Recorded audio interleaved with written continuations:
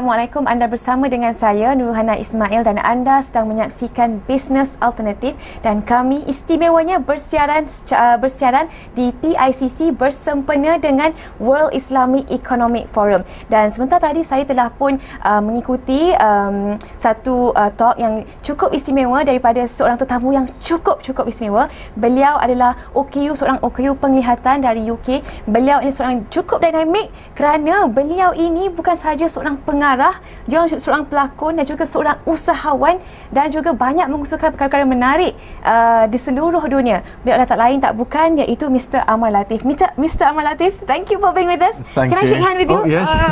It's an honor. It's an honor. Alright, Mr. Amar Latif. Okay, there's a lot of obstacles in life and one of them could be physical obstacles. Now you have physical disability, but despite the physical disability, you can't see and you're blind, but I believe you have done more than most of us have done. You actually travel around the world. You have your own company. How did you do that? How do you define obstacles? Obstacles? I can't see any obstacles. No, I mean, obviously there are obstacles in our life, and I think it's important to realise that life is short, and because I'm blind, I can't see anything. So I always think that I've got nothing to lose.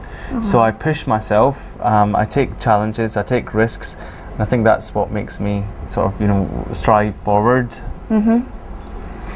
Very inspirational. Okay, you're 37 years old, still young, but the BBC company, they actually they have put trust in you as a director for a TV program. Some people might think that what does this blind guy have that I don't have, So how do you see that, people questioning, Well, I've directed for a few TV programs. One of them was Channel 4, which is one of the channels in the UK. So I was a blind director filming a documentary around Florence in Italy. And yeah, I mean, the prospect of a blind TV director, freaks out, many sighted people. And I don't know if I reassured them or made them even more worried when I gave them my reasoning, why I wanted to be a director. I said, I'm blind. I can't watch any TV programs, so it naturally seemed like the right thing to do is to direct them. Yes. So yeah, and then I directed this TV program called Sightseeing Blind. So yeah. How do you think the response from the viewers? Do they like your show? I hope so. It went well. But as you know, when you're a director, you're not taking part in the actual show. But I worked very closely with the cameraman and the producers, and it was very interesting for them as well. It was a unique experience. But in my mind's eye, although I can't see, I can visualize the world around me. So I can say to the editor, actually, I want a scene that shows this, or I want a beautiful sunset, and edit out that bit. I get people describing things to me, and then I make the decisions. Right. Okay, Mr. Amar Latif, I'm curious. Seeing is believing, and I know that you're an adventurous person. You travel around the world and you do extreme activities. Okay, because people like me, I can see. So there goes my adrenaline rush. So how do you get the adrenaline rush? Because obviously you can't see. So how do you get that adrenaline? Well, I get it partly from the descriptions of people around me. Okay. So when I'm up a 5,000-foot volcano, and somebody... You've been there? Yes, in Nicaragua. And I had a sighted person with me, and we were on a very narrow ledge. Okay. And he said, don't walk 2 minutes. How narrow is the ledge? It's very, very narrow. He goes, don't move 2 inches to the right because there's 1,000-foot drop into the water. And then don't walk 2 inches to the left because there's another 1,000-foot drop. 2 inches? That's right. Okay, and that's then very narrow. you just think, okay. So through the description, you get that adrenaline rush? Through the description and knowing that your life is in danger. Yeah. So when walking on a very narrow ridge. we do. I've done skiing. I do a lot of skiing, and so you get the rush when you know, a sighted traveller saying, "Look, okay, it's a very narrow path.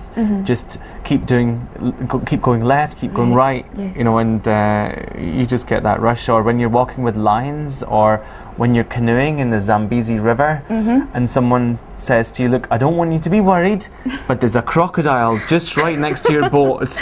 How can you not have the adrenaline rushing through your body? Given the right and exact description, you will have that That's adrenaline right. rush. All right. Okay, Mr. Amar, as a Muslim, you who practice Muslim values, do you find that these values actually help you to overcome all the obstacles and also the challenges as a blind, and doing and managing all sorts of things, from directing to managing business and a world traveller, of course? Do you find that helpful? Yeah, I think if you're calm and you have patience and you have a positive mindset, and they're all things that, you know, come from you know, our religion as well. That can help any situation. You know, if you change your mindset, you can make something that is really bad into something that is very good. So definitely, you know, those kind of things definitely help.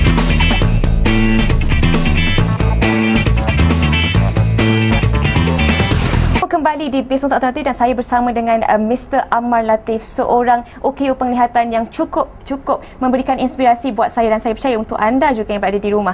Baiklah, alright, Mr. Amar Latif, now you formed a travel eye company.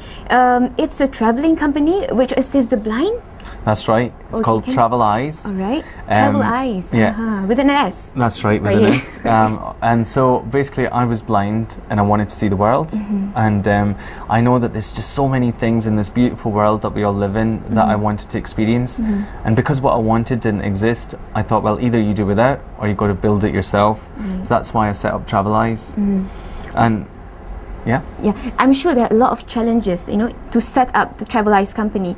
How do you handle it, and how do you manage to find the niche, you know, not just to the blind but also to the rest of the to your future customers as well? Yeah, I mean, there are for the customers. Yeah, there are huge challenges when you're setting up any business, and some different ones if you can't see. Yeah, you know, like you've got a staff and you want to know whether they are working hard. So you could be walking in there, they'll be saying, yes, we're working really hard, but they could be playing computer games. Yeah. But you find a way around it. How do you manage that? Well, I have a very good staff. You know, my staff are really hard working, and I trust them so much. I think that's the main important thing. If you've got a good set of people working for you, and you come across obstacles. I mean, I didn't know much about IT, but then you find people who are good at things, and you employ them, and then they help you along. But in terms of how it works, we take equal numbers of blind people and equal numbers of sighted people, and we take them on holiday. And if you can see, you pay half price to come on the trip. Wow. So a blind person pays the full price. That's okay, because I'm blind, I can charge them the full price. Whereas the normal ones, the sighted people, they pay half price. And each day, like for example, if you came with us, Hannah, each day we'll partner you with a different blind person. And as you're walking down the street, like in Malaysia or in Thailand, you'll describe to your blind person what you can see. Oh, wow, that's interesting, because you, as a sighted person, you get to experience different kind of traveling with a blind person. That's right. I would like to experience that. Come. Where do you want to go? I'll take you. I don't know. Somewhere, do you want to come to Cuba? Somewhere adventurous. Let's take you. I know where I'm going to take you. Okay, where? I'm going to take you to Southern Africa, and I'm going to take you walking with lions. Okay? No, not lions. Yes, okay. Because we are going to hold on to the tail of this lion cub, and because if you're blind, you know, how will you know what a lion looks like? Their roar scares me. Even their roar scares me. Okay, all right. Now let's talk. This is more serious question. Okay. Yeah. Now, although you set up this travel eye company, you know, traveling, you assist the blinded for to travel. Yeah. Now, how do you gain profit, and how do you sustain your company? Good question. I mean, every company needs to make a profit, otherwise, you're bankrupt. It works really well. I mean, we're a small dynamic company, so we negotiate very carefully and hard with our suppliers. We get best prices. We charge our blind travellers, the full price, which they're happy to pay. The sighted travellers pay half price, and it works. I mean, our holidays fill. People tell their friends what a great time they've had, and then they come on our holidays. So, profit-wise, we're doing really well. And the model's working, and we're going on to set up other travel companies now as well. Oh, okay. What kind of company? I was about to ask you, moving forward, what's your future plan? You really I'm basically setting up another company which is launching in January. Oh, okay. And it's called Socialize. Socialize, okay. Socialize. What does it do? Basically, Socialize does similar things to Travelize, but without the blind travellers. So it's just everyone's sighted, and you travel in a group of about 20 people. Okay. And the main theme is going to great places, but socializing as well. So if you're a couple, or if you're single on your own, or family members, you can come with us, be part of a group, and enjoy a great experience on holiday and get to meet so many people that you wouldn't normally meet. So people from all over the world join Socialize. That's brilliant. Do you know why I think it's brilliant? Right. Because through my experience, I discovered that the only basic human needs, human needs to socialize is we need to communicate. We do, yes, that's right. We need to communicate. And the communication is so important, yes, isn't it's it? important. Yeah, right. and I think with Socialize, we go outside our comfort zone. We live in our own little space. We have our own little friends, but wouldn't it be great, like, if you went to exotic places and you met people from different parts of the world, and then you can go for free holidays and stay with them? Oh no, not that, because you want to come and socialize, right? Socialize and have fun. That's right. At the same time, Mr. Amar.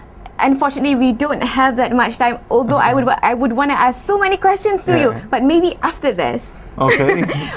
Thank you so much. Thanks. Thank you so much. Thank you so much. Right. Okay, baiklah saudara, itu sahaja masa yang kita ada di Bisnes Alternatif. Saya harap anda semua mendapat inspirasi dengan tetamu kita ini, Mr. Amar Latif, dan itu sahaja masa yang saya akhiri. Apa kata kita lihat dahulu kod ini.